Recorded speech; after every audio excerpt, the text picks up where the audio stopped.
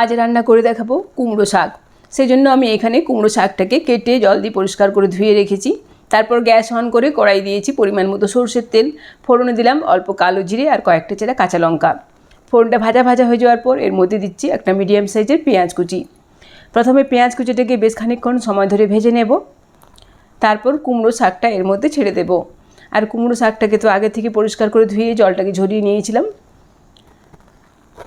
এবার মিডিয়াম আছে কিছুক্ষণ নাড়াচাড়া করে নেব।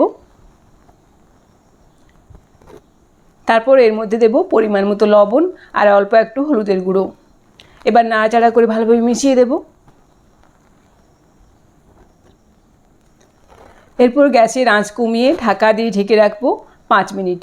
আর এই সময় মশলাটা বেটে নেব। মিক্সার জারের মধ্যে দিয়েছি 2 চামচ সরষে, 5-6 কোয়া রসুন আর 3টে কাঁচা লঙ্কা। অল্প জল দিয়ে মশলাটাকে একদম মিহি করে বেটে নেব। এই দেখুন মশলার পেস্ট তৈরি হয়ে গেছে। এদিকে 5 মিনিট পর ঢাকাটা খুলে নিচ্ছি। তারপর একবার নাড়াচাড়া করে নেব। শাকটা অনেকটাই কমে গেছে। এরপর আমি এর মধ্যে মশলার পেস্টটা ঢেলে দেব। তারপর নাড়াচাড়া করে ভালোভাবে মিশিয়ে দেব।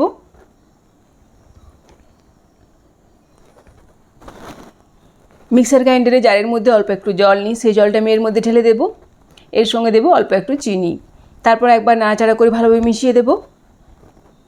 এবার গ্যাসের আঁচ কমিয়ে ঢাকা দিয়ে ঢেকে রান্না করব, যাতে শাকটা ভালো মতো সেদ্ধ হয়ে যায়।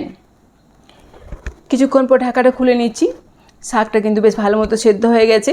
মিডিয়াম আছে আবারও খানিকক্ষণ সময় ধরে নাড়াচাড়া করে নেব। তারপর সবশেষে দেব 1 চামচ কাঁচা সরষের তেল। নাড়াচাড়া করে ভালোভাবে মিশিয়ে দিলেই তৈরি হয়ে যাবে আজকের রেসিপি কুমড়ো শাকের চচ্চড়ি। এটা গরম ভাতের সঙ্গে পরিবেশন করব, খেতে কিন্তু দারুণ টেস্ট হয়েছিল।